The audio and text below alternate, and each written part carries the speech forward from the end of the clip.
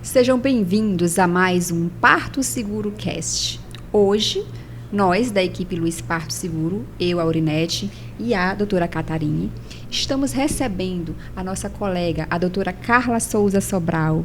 A doutora Carla Souza, ela é médica endocrinologista, mestre em endocrinologia clínica e responsável pelo ambulatório de endocrinopatias e gestação do HU-UFMA. Seja bem-vinda, Carla. Muito obrigada, Aurinete. Muito obrigada, Catarina, pelo convite. Seja bem-vinda. Bem, meninas, hoje o nosso tema é um tema bem importante ao longo da gestação, que é o diabetes gestacional. E, na verdade, o diabetes ele é uma patologia que, para nós, obstetras, é um desafio. E para as mulheres também. Por quê? Tem se percebido um grande índice de diagnóstico de diabetes ao longo da gestação. E por que isso tem acontecido? As mulheres elas têm engravidado uma idade mais avançada, são mulheres que às vezes têm o sedentarismo, obesidade, algumas comorbidades associadas, e a gente sabe que tudo isso tem um certo fator que influencia, não é, Carla? E a gente quis trazer esse tema porque é algo que é comum no nosso consultório.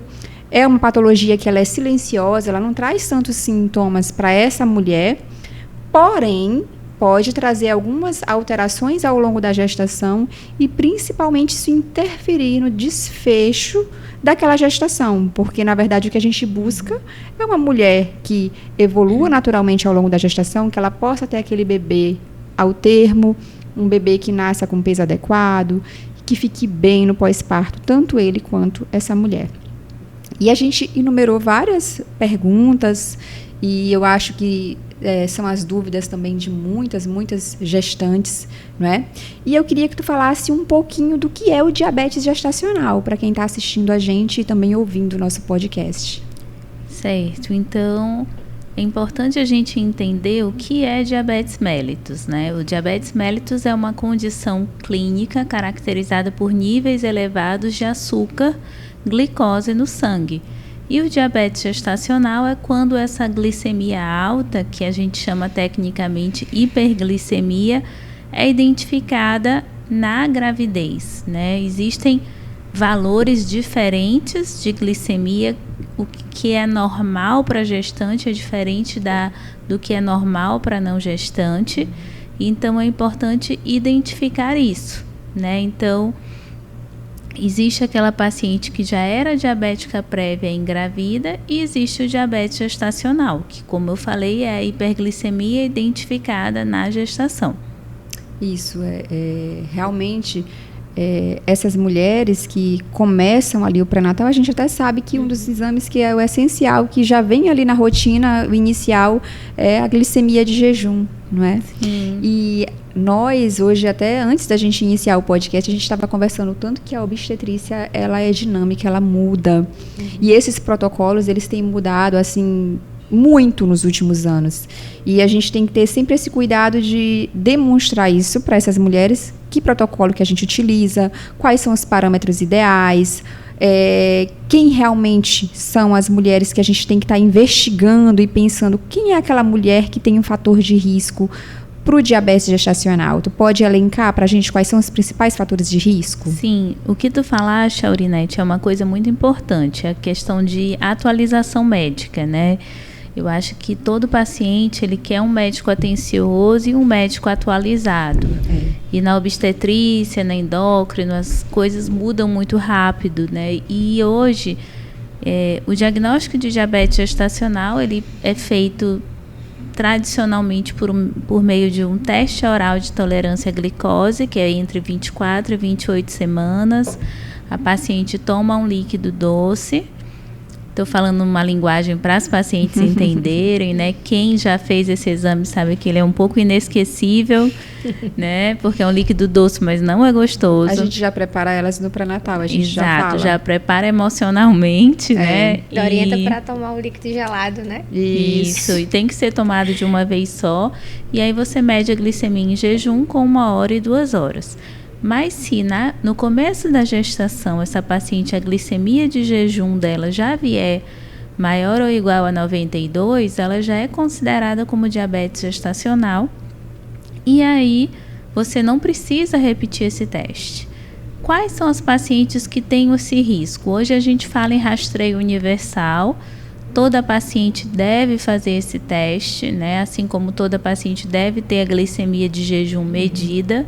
Mas a gente deve lembrar que as pacientes que têm mais de 35 anos, que é o que a gente chama de gestação idosa, né? Pacientes que engravidam com sobrepeso ou obesidade, pacientes que têm ovário policístico, pacientes sedentárias, pacientes que têm uma história familiar de diabetes ou pacientes que foram filhas de mães com diabetes, são pacientes que têm um risco maior de desenvolver diabetes gestacional.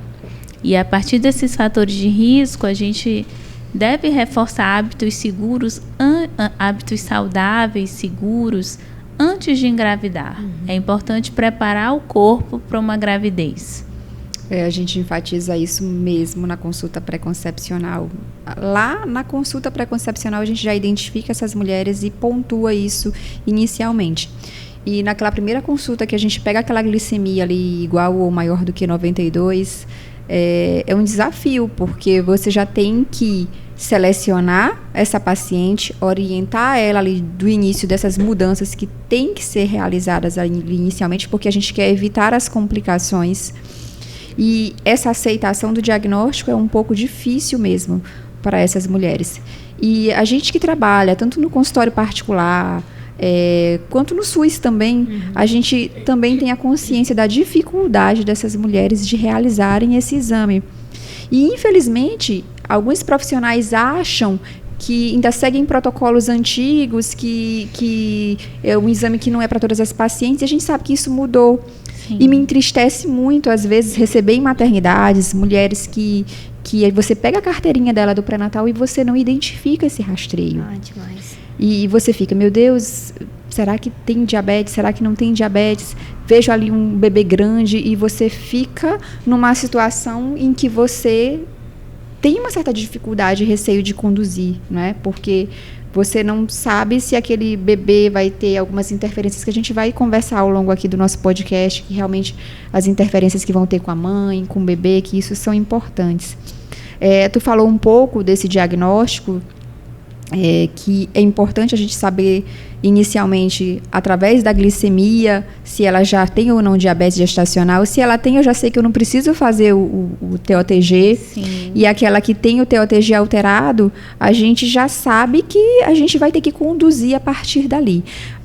Mas antes da gente conduzir, é importante a gente explicar para essa mulher quais os impactos que esse diabetes vai ter para ela, não é? Eu queria que tu falasse um pouquinho, para que elas entendam aí em casa, mas foi só minha glicemia que deu um pouco elevada, às vezes elas não dão tanta importância, e lá no final você vai perceber esses impactos. Explica para elas o que é que realmente pode acontecer. Sim.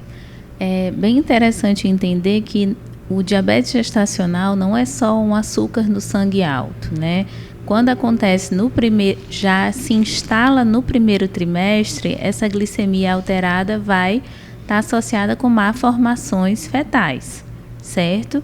E ao longo da gravidez, essa criança que é exposta a um ambiente com níveis elevados de glicose, um ambiente hiperglicêmico, é um bebê que vai crescer mais, é um bebê que pode ter um coração grande, pode ter um fígado grande, é um bebê que o trabalho de parto vai ser mais difícil, certo? Então é importante isso. Além disso, depois que o bebê nasce, é uma criança que tem maior risco de desenvolver obesidade, diabetes, síndrome metabólica ao longo da vida. Então é importante lembrar disso, que todo o ambiente que a criança é exposta intraútero define muito da saúde dela ao longo da vida. Sim. E para a mãe, o diabetes gestacional é muito associado com o aumento do número de cesarianas, né? A gente vive numa cultura muito cesarista no Brasil, de maneira geral. Mas nos estudos, cesárea é considerado um desfecho adverso, né? Então, é associado com prematuridade, com parto cesariano, com distócia do parto, então um parto mais difícil, que o bebê pode nascer com uma fratura de clavícula, por exemplo. Então, é uma condição que tem todo o impacto. Além disso, a mulher que tem diabetes gestacional, ela tem um risco 10 vezes maior de desenvolver diabetes tipo 2 ao longo da vida. Isso é importante a gente reforçar, né? É uma coisa que a gente... É aquilo que eu estava te falando, aquela mulher que chega pra gente para ter o bebê e que não foi feito aquele diagnóstico, a gente fica imaginando como conduzir. Sim. É bem difícil isso. E eu queria elencar para vocês, assim, enfatizar o que Carla falou, que assim, a glicemia de jejum 92 já caracteriza um diabetes gestacional, então eu não preciso fazer um TOTG. Sim. Se for menor do que 92, essa mulher vai fazer um rastreio, que é o TOTG de 75 gramas, entre 24 e 28 semanas. E esses valores são valores que a gente tem que ter em mente para explicar para ela a partir de que ponto a gente realmente vai fazer esse diagnóstico. Tu pode elencar isso para a gente, Carlinha? Sim. Então, faz o teste entre 24 e 28 semanas e a medida a gente chama curva glicêmica, glicemia de jejum 92 com 1 hora 180 e 2 horas 153. E basta um ponto alterado. Os testes antigos falavam em 2 pontos, mas basta um ponto e fecha o diagnóstico. Mesmo que aquela paciente volte a ter uma glicemia normal, controlada, na verdade, ela continua tendo diabetes gestacional, deve seguir todo o tratamento da paciente com diabetes gestacional. Sabe que é muito comum, por exemplo, eu ainda faço porta, né, de emergência. Aí chega a paciente com a carteirinha, pergunta, tem alguma comorbidade, tem algum problema, tem diabetes, tem hipertensão? Ela, não tenho nada. Aí tu pega lá a carteira, quando tu olha, uma glicemia de 93. Aí eu falo, não, você tem uma diabetes gestacional? Não, doutora, eu não tenho, minha glicemia ficou o tempo todo normal durante a gestação. E a gente, como enfatizou aqui, basta uma vez, chegou com glicemia de jejum maior ou igual a 92, pronto, acabou, fechou o diagnóstico. Por mais que venha depois, se ficar normal, teoricamente, né, a glicemia, nos parâmetros normais, ela é diabética gestacional e ela tem que ser conduzida. Aí o que acontece? Essa paciente vem, como tu falaste, um bebê macrossômico, que é o bebê maior ou igual, geralmente, algumas literaturas falam, a partir de 4,500, né? E aí esse bebê grande, o que pode acontecer, né, para desfecho obstétrico? Vai aumentar o risco, no caso do parto, né? Maior risco de distócia, que é quando o bebê fica empacado, né, lá no canal de parto. Maior risco de laceração, de hemorragia pós-parto, né? Esse bebê, ele tende a ter maior risco de hipoglicemia também, né? Quando ele nasce, que a gente vai falar isso também. Então, e dos outros desfechos todos, né? Porque essa paciente, ela precisa ser bem conduzida, né? Porque a gente sabe que diabetes, ela é complicada, é difícil. E às vezes, infelizmente, se não controlado, pode até levar óbito do bebê, óbito fetal, né? E a gente vê muito óbito súbito, do nada, tá tudo bem, se ela tá descompensada, né? A gente principalmente nessas mulheres que não tiveram diagnóstico. Exatamente. E é super difícil. Diante do quadro, a gente diagnosticou aquela paciente ali, a gente tem que fazer, né, doutora, o monitoramento dessa glicemia. Como é que a gente faz na prática? Então, uma vez o paciente recebeu esse diagnóstico, a gente deve orientar a atividade física, né? Respeitando, claro, as recomendações obstétricas, porque se a paciente tiver alguma contraindicação obstétrica à atividade física, ela não vai poder fazer atividade física. E a orientação alimentar. E aí ela vai fazer medidas de glicemias capilares, que são aquelas glicemias com o aparelhinho, que a gente chama glicosímetro, e faz a glicemia da ponta de dedo. Geralmente 4 medidas ao dia, jejum, pós-café, pós-almoço e pós-jantar, para a gente ter uma ideia do perfil glicêmico dessa paciente para indicar o tratamento, né? É importante entender que o diabetes gestacional ele se caracteriza muito por uma hiperglicemia pós-refeições, principalmente pós-café da manhã. Então, é importante a gente reforçar muito a questão da dieta, porque a paciente diabetes, que tem diabetes gestacional, ela não pode também fazer uma dieta de baixo carboidrato. Sim. ela não pode fazer também uma dieta de jejum intermitente, que a gente hoje ouve muito falar em dieta low carb, jejum intermitente. Por quê? Porque ela tem uma tendência maior a ter aumento dos níveis de corpos cetônicos, que a gente chama de cetona, e se isso aumentar, isso é prejudicial para a criança. Então ela tem que ter uma dieta com carboidrato, mas carboidratos de qualidade, com baixo índice glicêmico. Aí entra a questão dos integrais, de consumir proteína sempre junto com o carboidrato nas refeições, para controlar essa glicemia. E a gente observa na prática que a dieta é muito eficaz. Né? A dieta, quando o paciente segue uma alimentação adequada, ela consegue ter um mapa glicêmico, que é como a gente chama essas medidas, bom. E com certeza vai ter um parto bom, um parto seguro. Justamente. Geralmente, quando chegam mesmo, a gente orienta dessa forma, né? Mudar o estilo de vida. Porque se já vem, assim, não vem tão organizada antes do parto ou antes do pré-natal, é o momento ideal, a gestação, para adquirir hábitos de vida saudáveis, né? E é fundamental essa alimentação, porque a gente orienta também cortar açúcar. Corta açúcar radicalmente mesmo.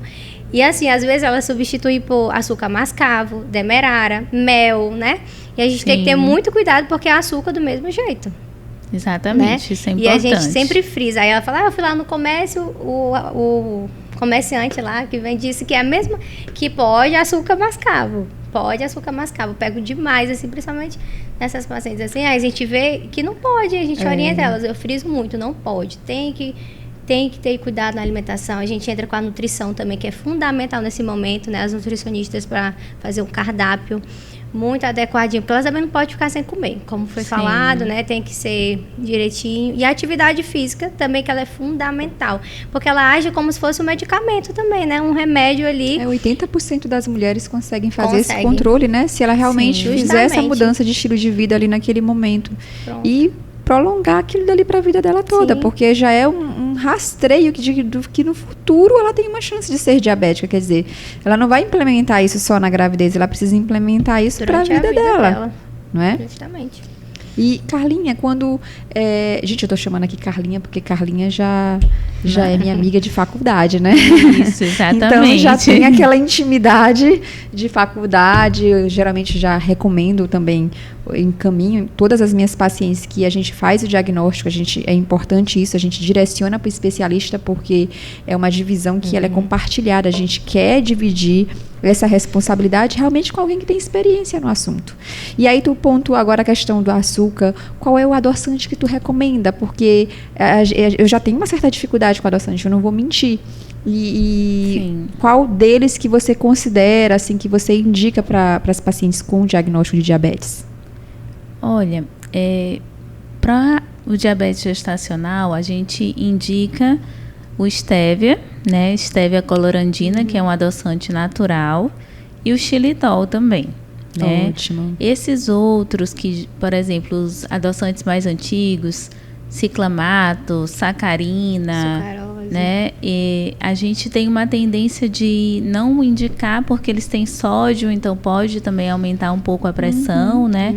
E a sucralose, embora ela fosse bem indicada até uns 5 anos atrás, houveram alguns estudos falando sobre a associação entre ela e disbiose intestinal, né? Sim. E hoje a gente sabe que a microbiota intestinal é muito importante também, né, para essa questão de um bom controle glicêmico, né? E a sucralose, assim como uma alimentação rica em gorduras, alimentos ultraprocessados, pioram muito a microbiota, e isso está associado também com diabetes gestacional.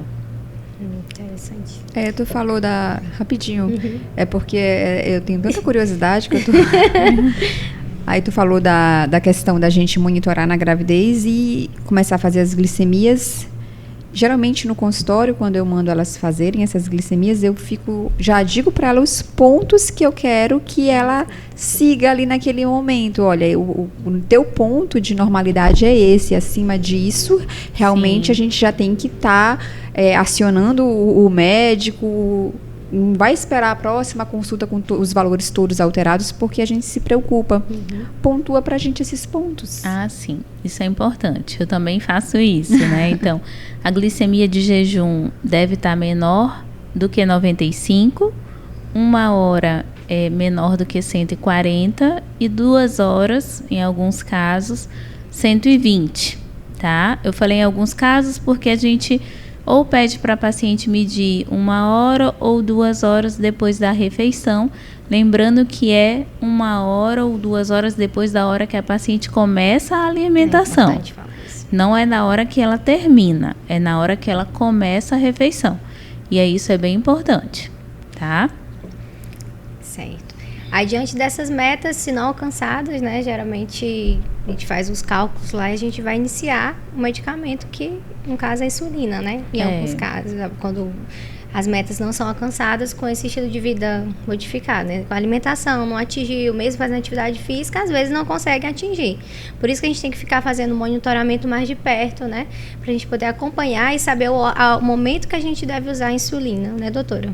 Isso é importante, né? Como a Aurinete falou, 80% das pacientes consegue controlar com dieta e atividade física, mas a gente sabe que 20% não vão conseguir controlar. Então, a gente pede esse mapa glicêmico e a gente observa essas glicemias. Se 20% dessas medidas estão fugindo das metas, a gente tem indicação da insulinoterapia, né?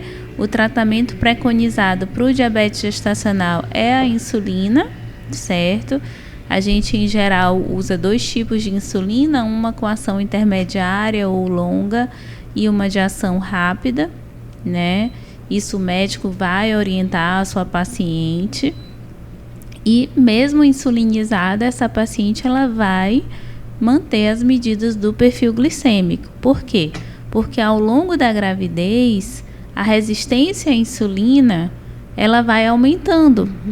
Pela própria questão dos hormônios da gravidez. Então, a dose que a paciente, por exemplo, usa com 30 semanas, não é a dose que ela vai estar usando com 36 semanas.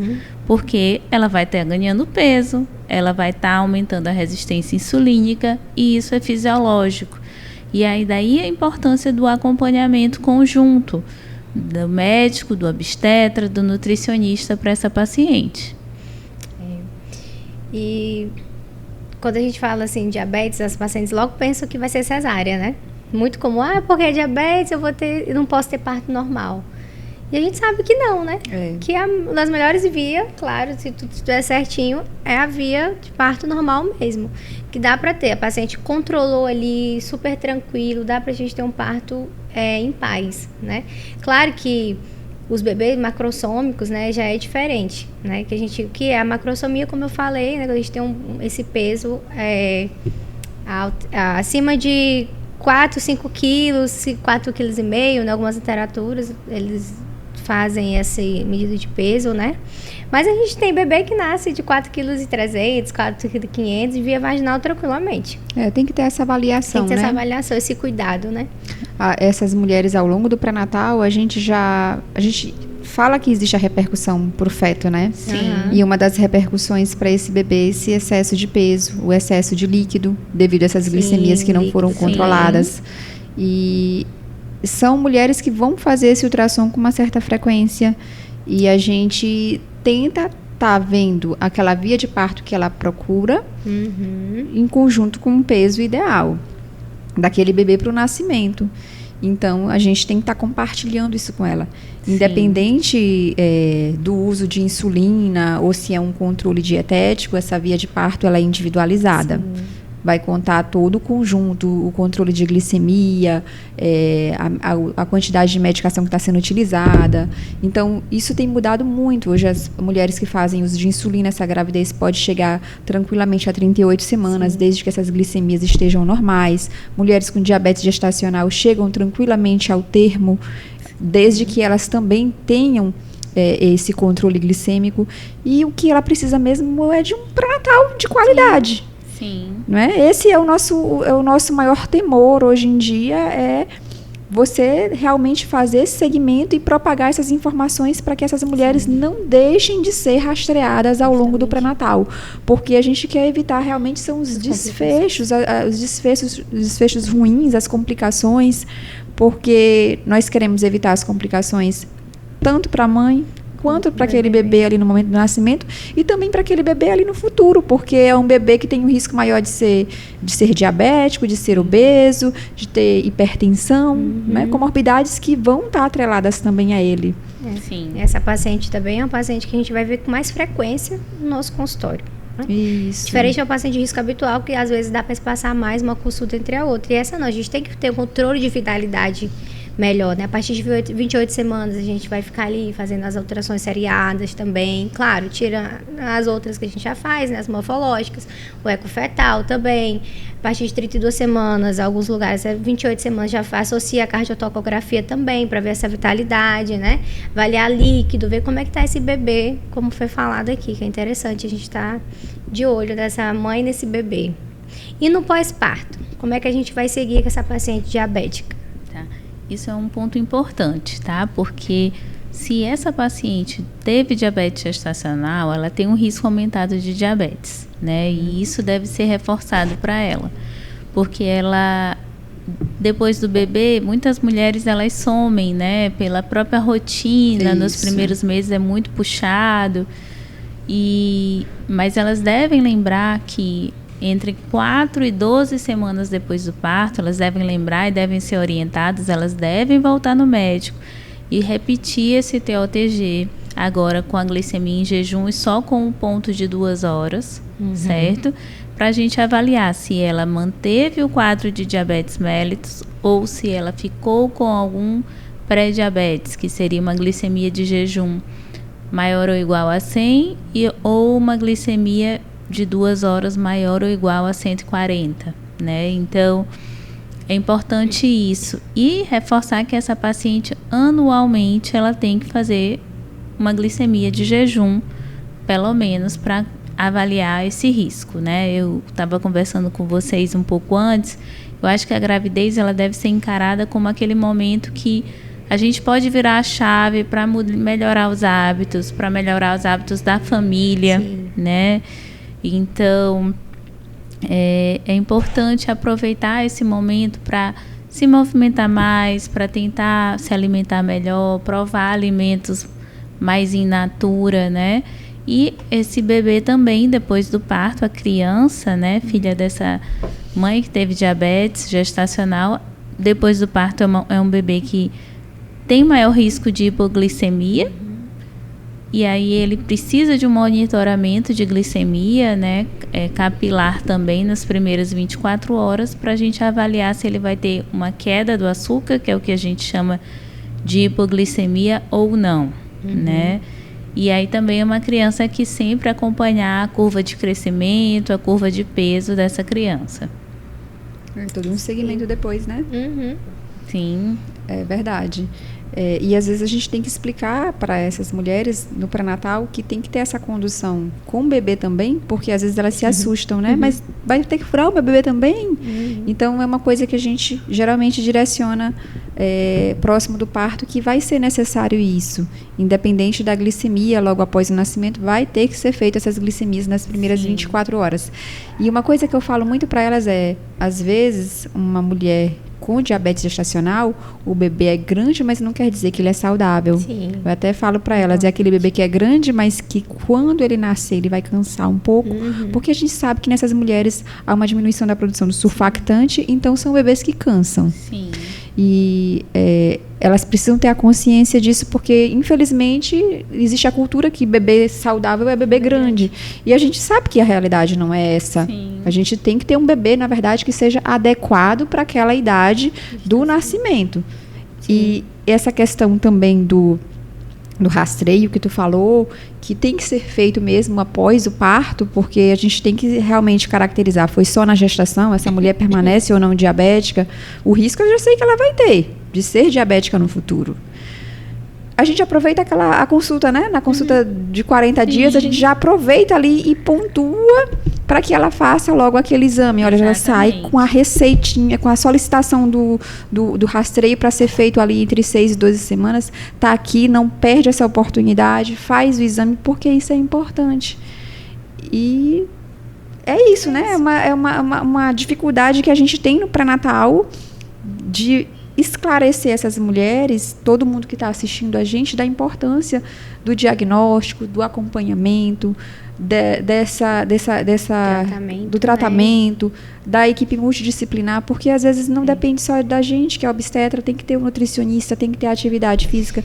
Em alguns casos... E a paciente também, né? Aderir tudo isso. Como a gente falou, né? Se elas aderirem, a maioria vai conseguir controlar, mas às vezes não consegue, né? Às vezes não consegue aderir àquele tratamento ali de alimentação e atividade física. E a gente vai ter que usar o medicamento. E mesmo com o medicamento, ainda tem paciente que eu acho que não tem consciência às vezes, né? E ainda come o que não pode comer, né? Que a gente orienta a não comer. E aí fica muito mais difícil, né? Então, é aquela coisa, a gente orienta, mas a paciente ela precisa ter consciência do que significa diabetes gestacional, por que ela precisa tratar, né? Quais são os riscos para ela e para o bebê, como foi falado aqui. Então, essa parte é muito fundamental para a gente orientá-la, né? E ela entender, tendo consciência, ela vai conseguir aderir a esse tratamento. Sim.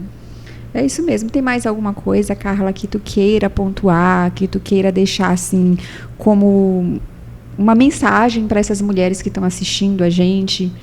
Sim, eu quero agradecer mais uma vez o convite, né? E eu acho assim, o que deve ser pontuado aqui, se você está planejando engravidar, você tem que já melhorar seus hábitos de vida. Se você está acima do peso, perder um pouco de peso, começar a fazer uma atividade física, melhorar a alimentação, né? Principalmente se você já tem mais de 35 anos, é importante já engravidar com o teu corpo em atividade, né?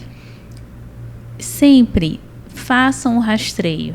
Não tentem mascarar exames. Eu digo isso porque, infelizmente, tem pacientes que, na véspera de fazer o teste, faz uma dieta. Justamente. Na véspera de fazer o teste, faz uma super caminhada para a glicemia baixar. E tem que lembrar que você está se enganando, né? Você está se enganando, está se prejudicando e prejudicando o seu filho, né? E então é importante fazer os testes corretamente, procurar um médico de sua confiança, um médico que seja atualizado, que faça a pesquisa correta do diabetes gestacional e lhe oriente de forma correta, e saber que essa é uma condição muito frequente.